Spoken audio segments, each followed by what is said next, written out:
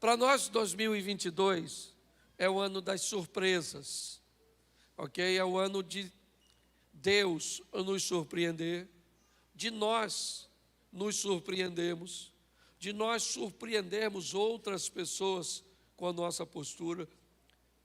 A nossa proposta para 2022 é um ano de surpresas, um ano que coisas comuns deixarão lugar para coisas extraordinárias, para coisas que não aconteciam em outro tempo da nossa caminhada, da nossa história, do nosso casamento. O tema da minha mensagem hoje é: surpresa, ele chegou. Hoje eu quero mostrar a você que foi uma grande surpresa quando Jesus chegou.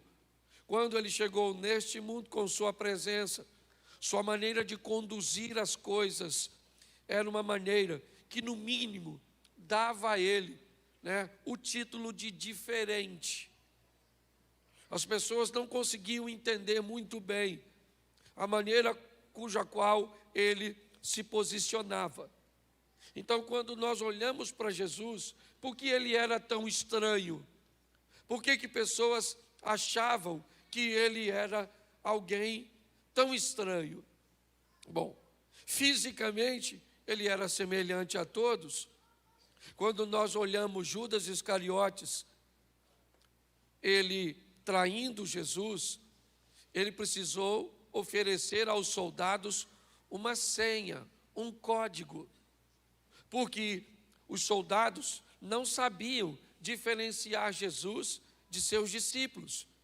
Jesus era tão parecido com seus discípulos que poucas pessoas, se não tivesse caminhando com ele, teria dificuldade.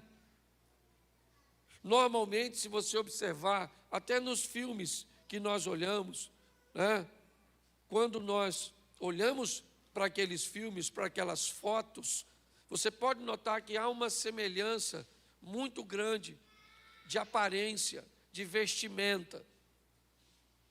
Hoje, inevitavelmente, é muito comum em determinados ambientes nós conseguimos identificar quem é o chefe, quem é o pastor. Tem a ver com roupa, tem a ver com cadeira, tem a ver com lugar, tem a ver com posicionamento, que consegue diferenciar. Jesus, ao contrário, certo? Ele buscava se fazer próximo, ele buscava se fazer igual às pessoas no que diz respeito à aparência, mas bem diferente no que diz respeito a valores e postura. Então, fisicamente, ele era igual, mas quando ele se comportava, ele era diferente. Então, para todos era uma grande surpresa. Por quê? Porque ele traz um modelo novo, um modelo diferente. A maneira, e é isso que eu vou mostrar a vocês hoje. Ele chegou, e quem é ele? Ele é o diferente.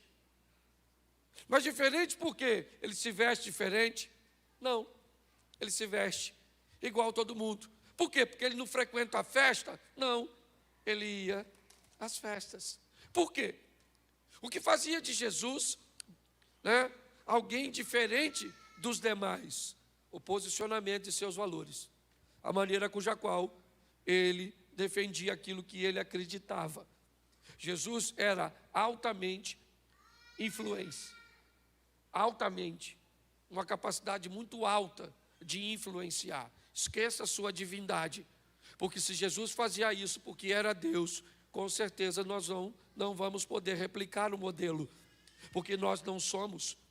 Se Jesus usava algum poder divino para buscar exercer esse nível de influência, nós não teremos sucesso. Por quê? Porque nós não temos esse poder.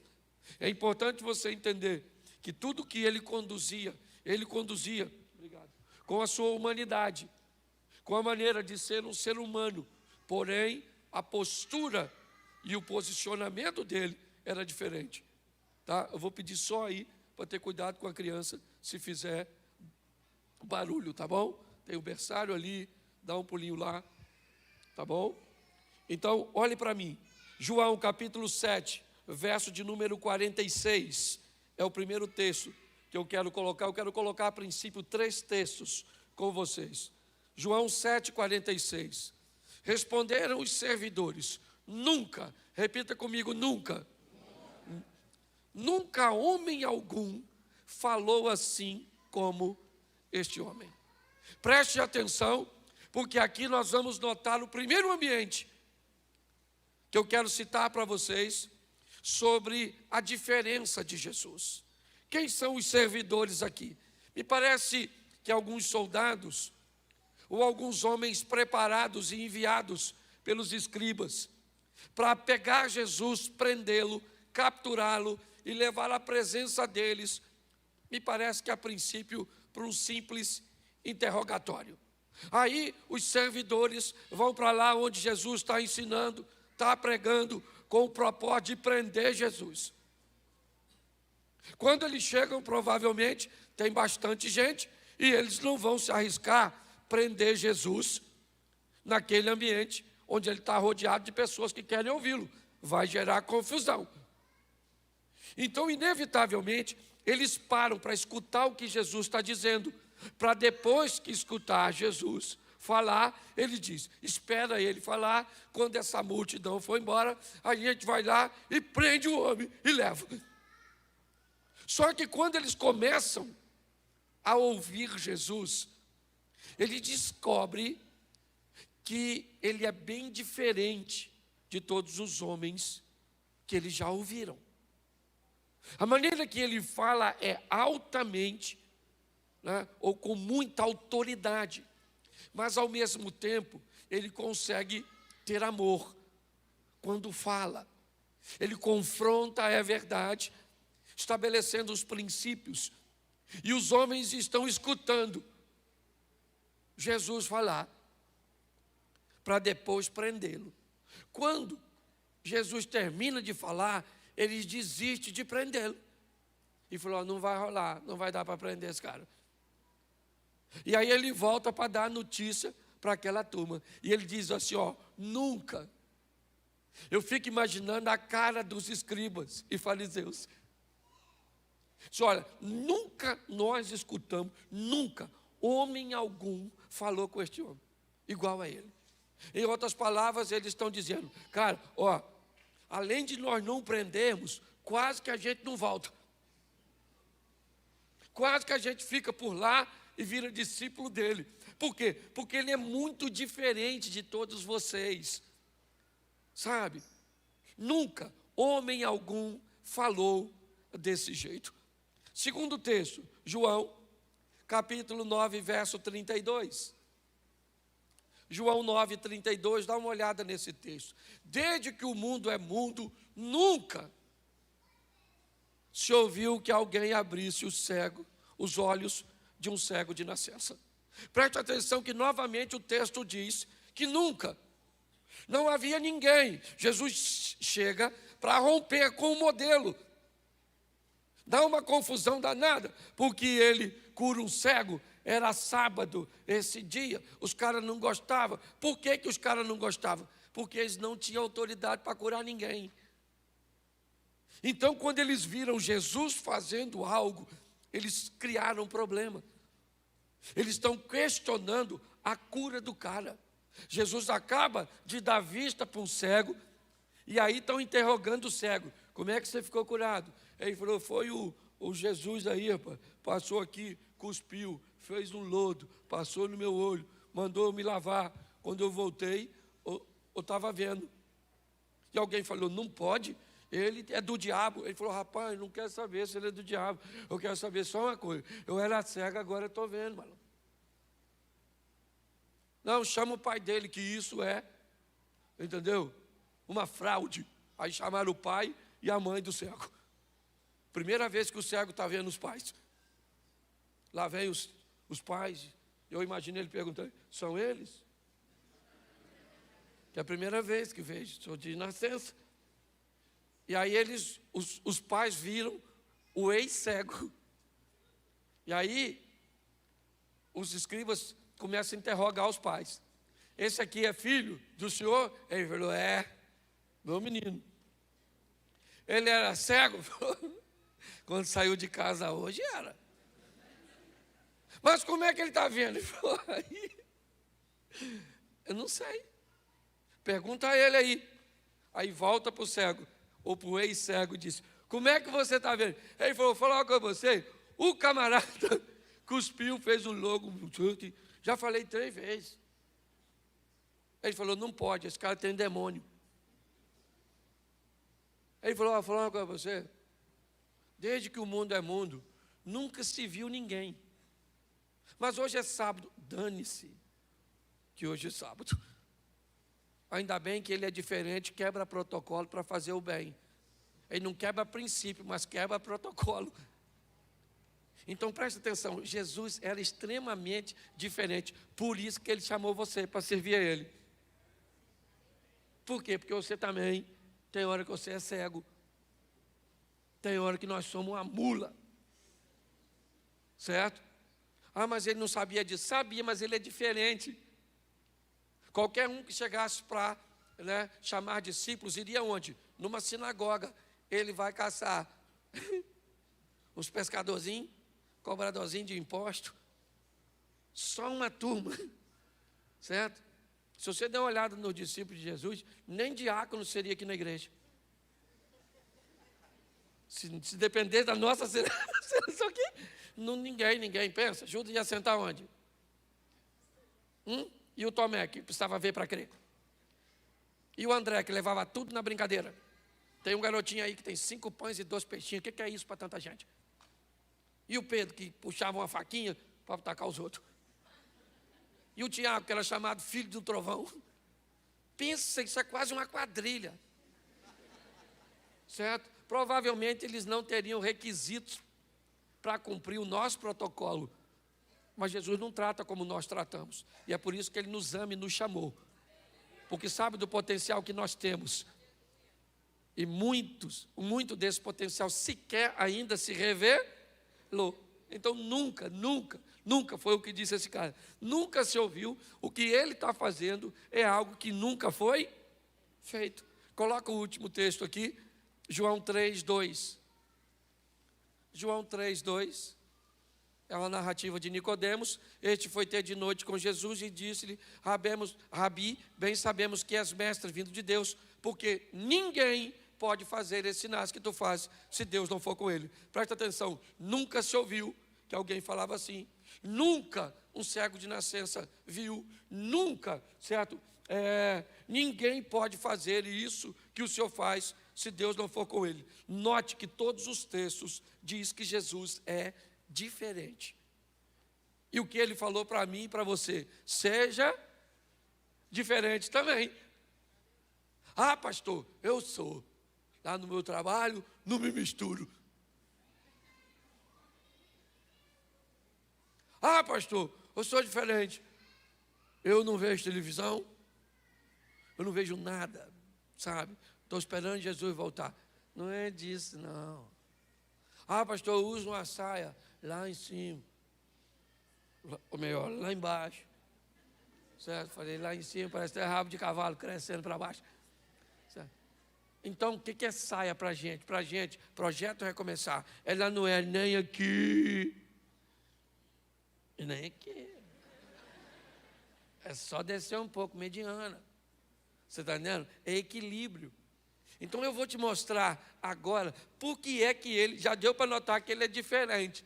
Mas olha como ele vai agir, é que vai tumultuar a cabeça de todo mundo. Ele entra no lugar que ninguém entra e não é para ser influenciado, é para ser um influenciar isso. Porque tem gente que pode usar o que eu estou... Pastor, por isso que eu vou no boteco. Para influenciar. Eu até tomo um negocinho assim, mas eu prego a palavra. Não é disso que eu estou falando. Certo? Então preste atenção nesse texto, nesses textos. Vai ser rapidinho que a voz está bem. Primeiro, Jesus começa a quebrar um protocolo bem difícil daquela época. Conversar com mulher que não fosse a dele. Isso já era um problema. Se tivesse sozinha então, se iniciasse um diálogo, era pior ainda. E ele começa a quebrar algumas coisas.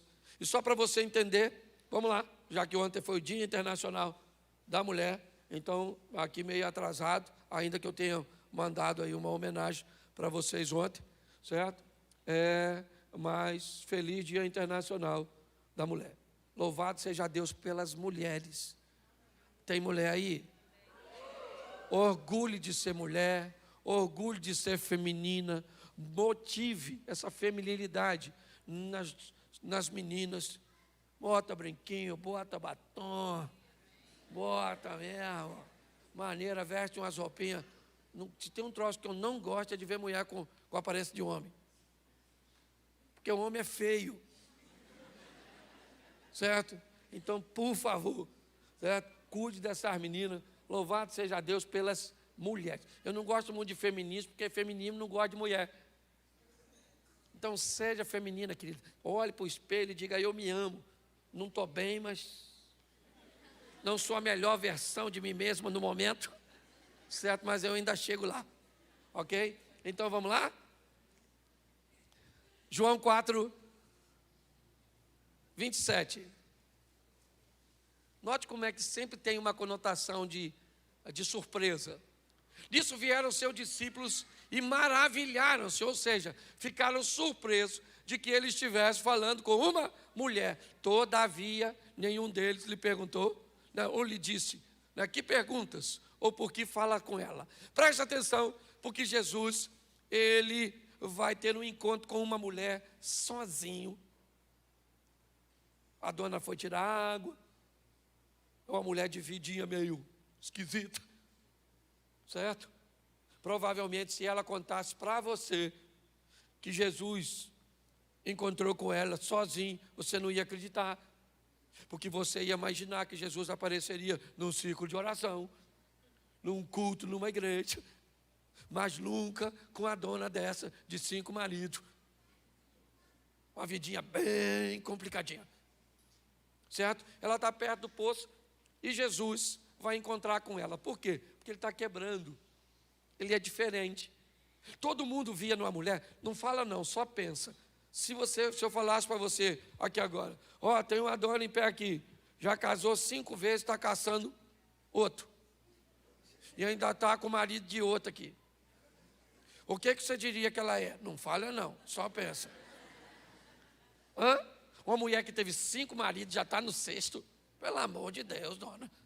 Vai tomar uns remédios para baixar esse fogo. Certo? Só que quando eu olho, Jesus marca um encontro com ela que ela nem sabe. Enquanto todo mundo está olhando aquela mulher por um prisma, por uma ótica, Jesus olha e diz assim, vou fazer dessa dona uma evangelista.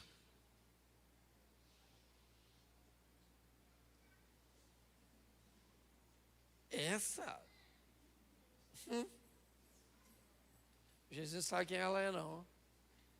Essa dona vai virar evangelista. Sabe o que mais me encanta nesse texto de João 4? É que Jesus manda 11, ou melhor, 12 de seus discípulos ir a Samaria comprar comida.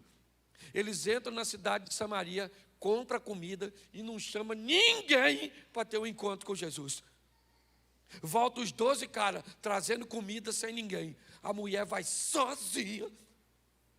Chegou lá e falou para os homens, aí, encontrei um cara lá na beira do poço. Alguém falou, novidade, dona. A senhora encontrar um homem, fala algo novo. Ela falou, não, eu estou falando sério.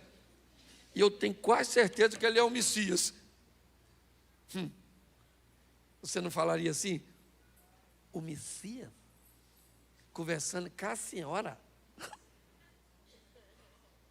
Ele apareceria para qualquer pessoa, dona. Mas não com os seus atributos. Ela falou, estou falando, contou tudo que eu tenho vivido. E os discípulos que vão à cidade voltam sem ninguém, e a mulher que vai sozinha leva um montão de gente. Pare para pensar. Ao quebrar os paradigmas, a romper de uma forma diferente, Jesus é capaz de transformar alguém que ninguém dava nada por ele em um potencial extraordinário para a expansão do seu reino. Deus não escolheu você e a mim por acaso. A minha vida era tão ruim que essa moça estava me namorando. E era meu tio que me criava. Meu tio falou para ela aqui, larga esse menino que isso não tem futuro, isso não vai a lugar nenhum.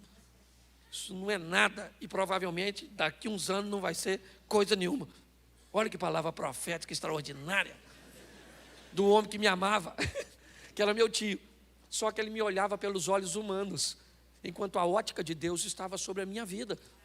Deus sabe quem você é, não está enganado, Ele chamou você, sabe, porque pode fazer a sua vida ser extraordinário nessa terra, aqui. Tome posse disso.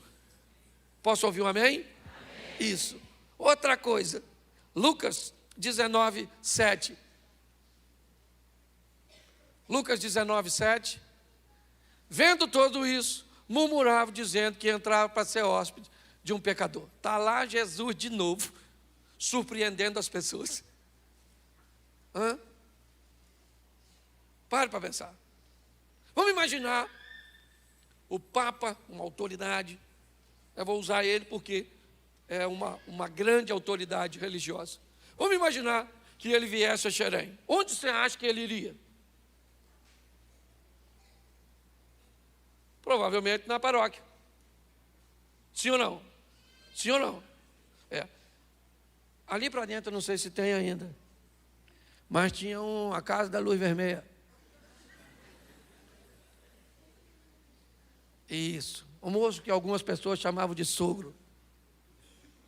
Você acha que ele iria lá? Sim ou não? Sim ou não?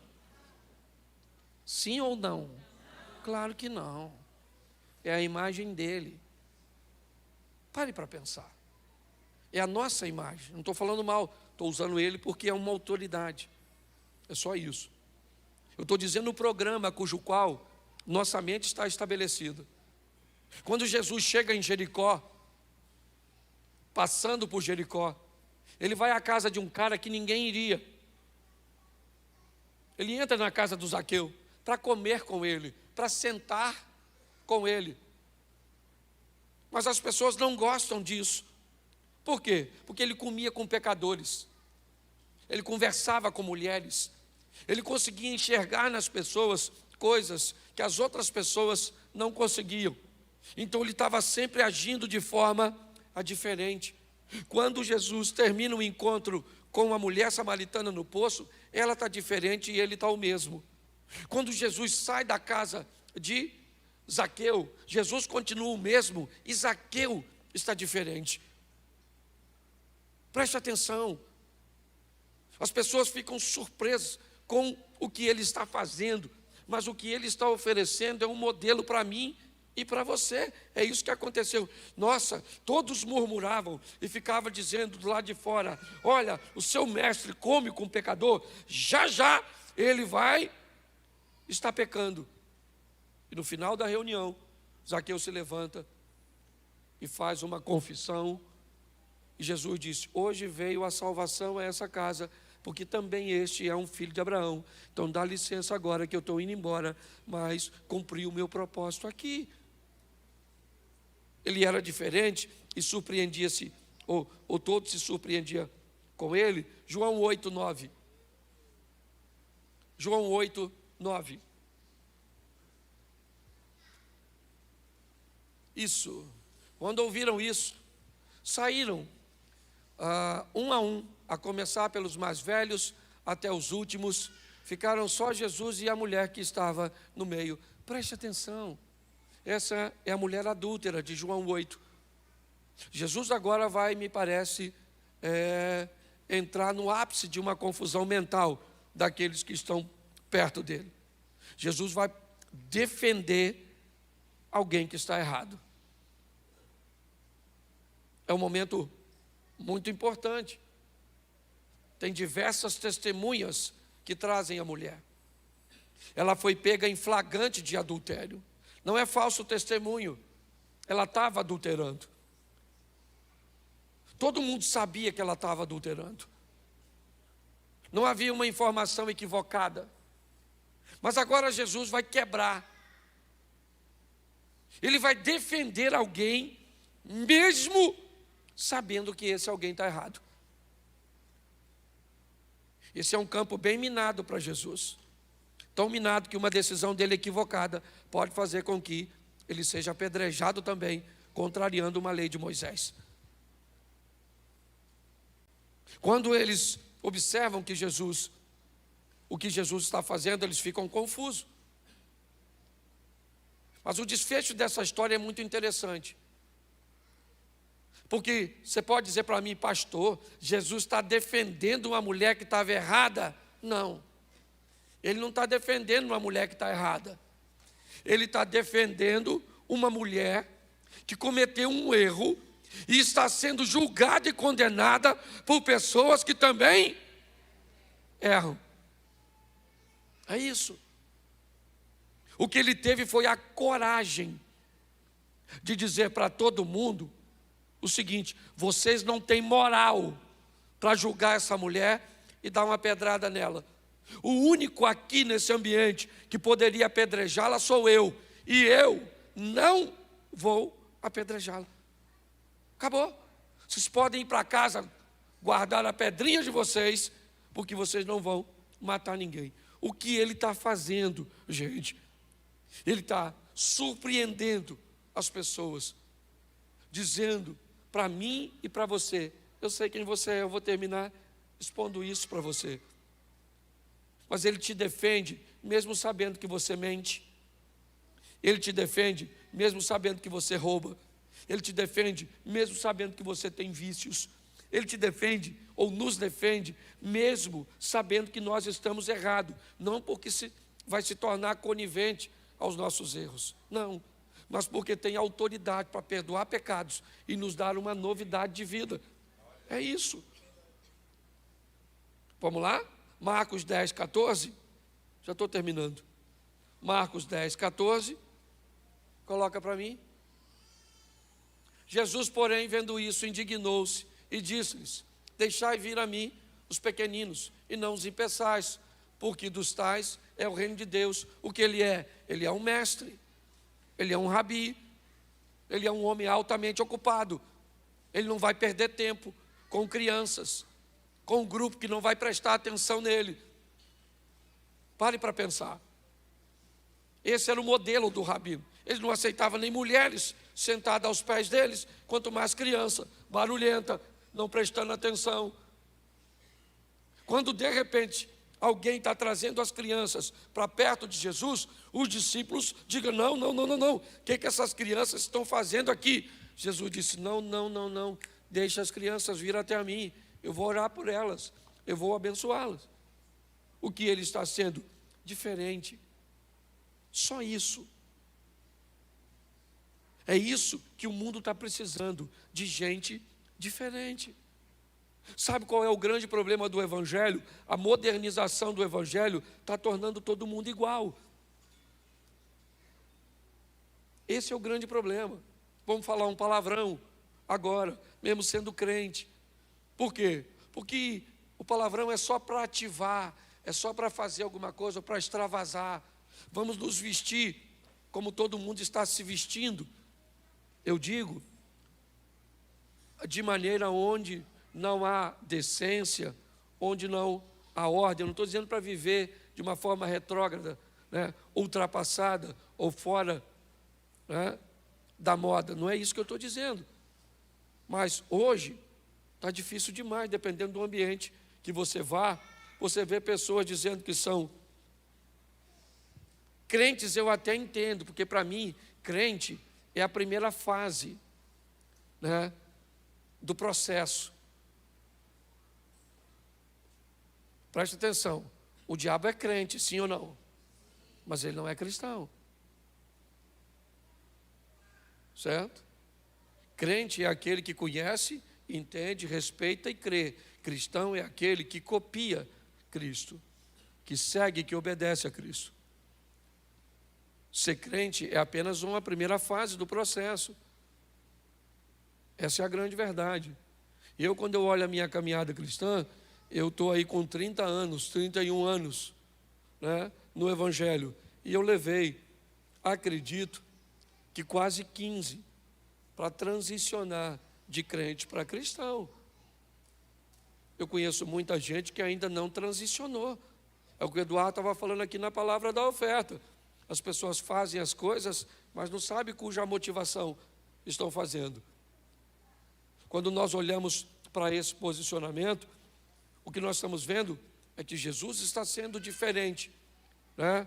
De uma forma muito sutil, é verdade, mas é diferente. Por quê? Porque defende pessoas que estão sendo acusadas por gente que também erram, porque recebe gente que ninguém receberia, porque conversa com pessoas que ninguém conversaria, porque come com pecadores e se mantém íntegro. É isso. É esse tipo de cristãos que nós estamos precisando.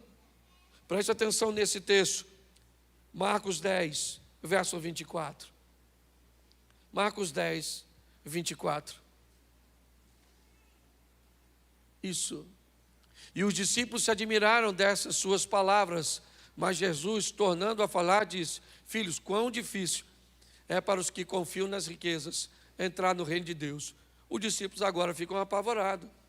Jesus acaba de dizer para um milionário, um cara cheio da grana, um garoto, um rapaz.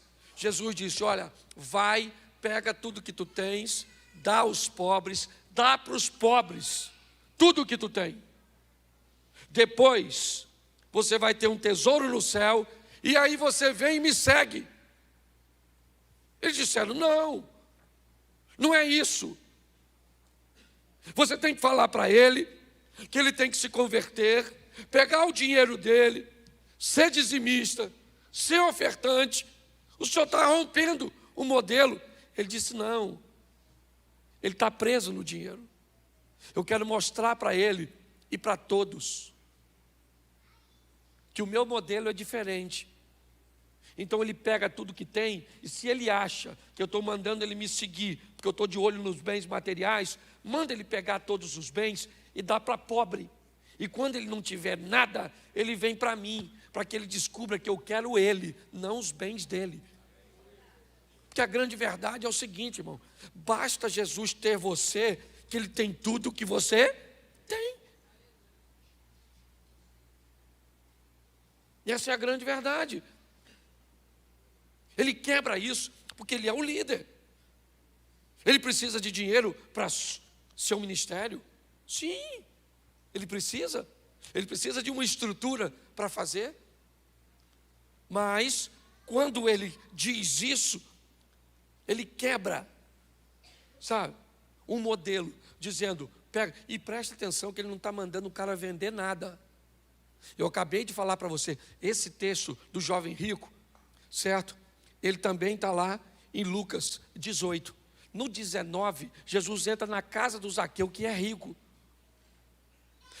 No capítulo 18, ele fala de um jovem rico, certo? E diz que é muito difícil um rico entrar no reino dos céus. Mas no 19, ele entra na casa de um rico e diz: hoje veio salvação a esta, porque o problema não é o dinheiro, é o coração. O coração do garoto está no dinheiro, o coração do homem, porque a diferença para ter dinheiro é só uma: é maturidade, meninice. Crianças pensam que o dinheiro é tudo. Homens maduros já sabem que não é. O dinheiro, querido, é um excelente escravo, mas é um péssimo senhor. E é assim que funciona. Jesus está quebrando quando ele diz para o camarada: lembra de Geazi? Quando Naamã quer dar uma oferta e Eliseu não recebe, Geazi fala: rapaz, você é doido? Esse novo convertido, cheio da grana, vamos depenar ele. Hoje a gente vive debaixo, infelizmente, de uma mentalidade assim. Se o camarada tem dinheiro, é rico, ele é poderoso, ele tem Jesus, disse: olha,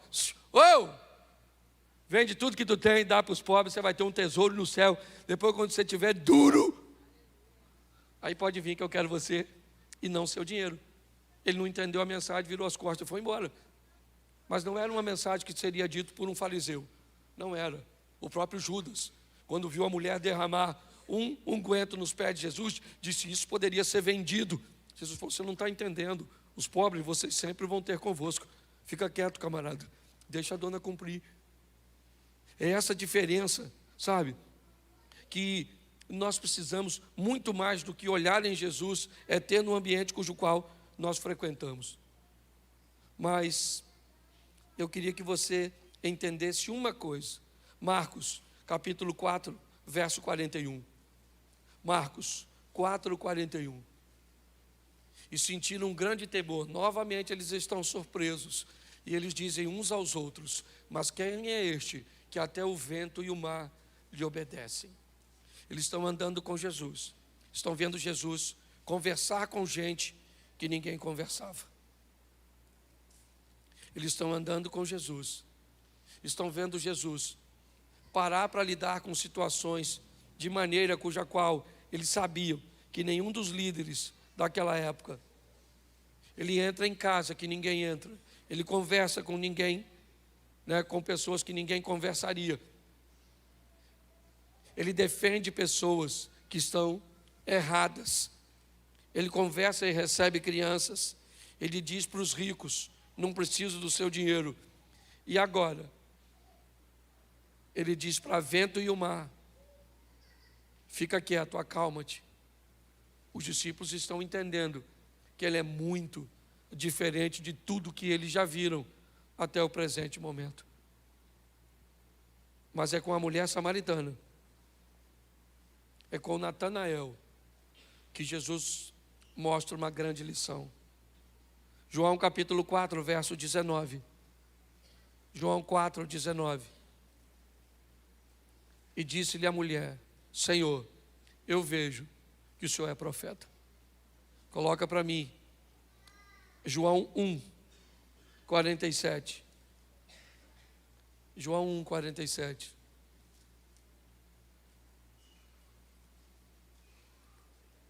Jesus viu Natanael vir ter com ele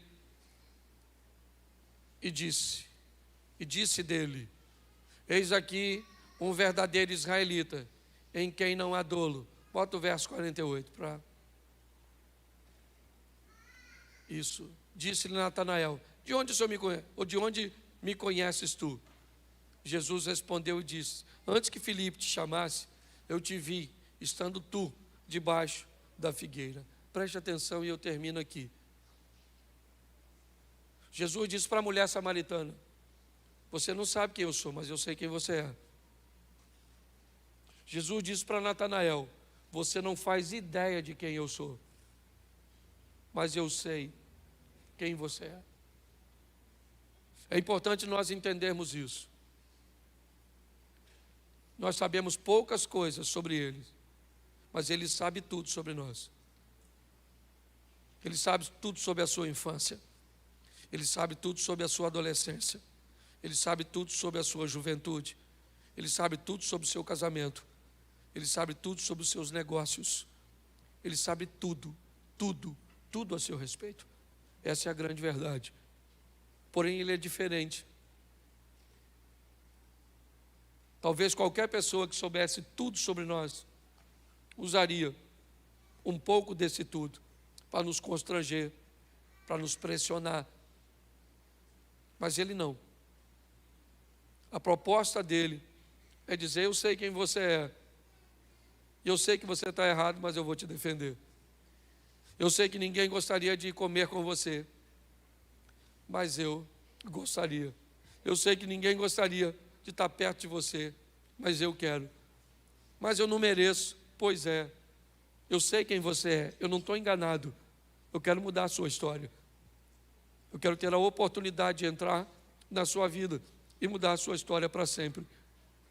A grande questão é: as pessoas precisam se surpreender quando você sair da igreja com Jesus. Essa é a grande verdade. As pessoas precisam se surpreender com as suas ações, com os seus posicionamentos, com a sua fala, com a sua conduta, com as suas postagens. Elas precisam surpreender, ou se surpreender, quando olhar para você. E a surpresa tem que ser de uma forma positiva, onde você mostre que você é diferente. É só isso. Jesus nunca disse: olha, gente, eu sou diferente dos demais, eu sou melhor do que os demais. Ele nunca disse isso. Mas todo mundo que olhava para ele disse: nunca vimos alguém como ele. Note como ele é diferente. Ninguém te condenou, querida. Se ninguém te condenou, eu também não te condeno. Vá e não peques mais. Preste atenção. Nós temos falado isso o tempo inteiro aqui. Você está à espera de um reino que já chegou. Você está à espera de uma estrutura espiritual que já está disponível para você. Já está disponível para você. Eu vejo pessoas nadando e gritando: eu estou com muita sede. E nadando na água doce. Era só parar um pouquinho e beber e saciar a sede. Quebrar esse modelo mental tem sido um grande desafio nosso. Porque tem pessoas esperando Cristo voltar para viver o reino. Mas Ele disse na sua oração: venha o teu reino. Venha o teu reino agora. É só isso. Seja diferente. Não dizendo que é diferente, mas fazendo com que as pessoas vejam. O fulano é diferente na hora de negociar. Nossa, você negocia desse jeito? Nossa, você age dessa forma? Ah, é. Eu me posiciono assim.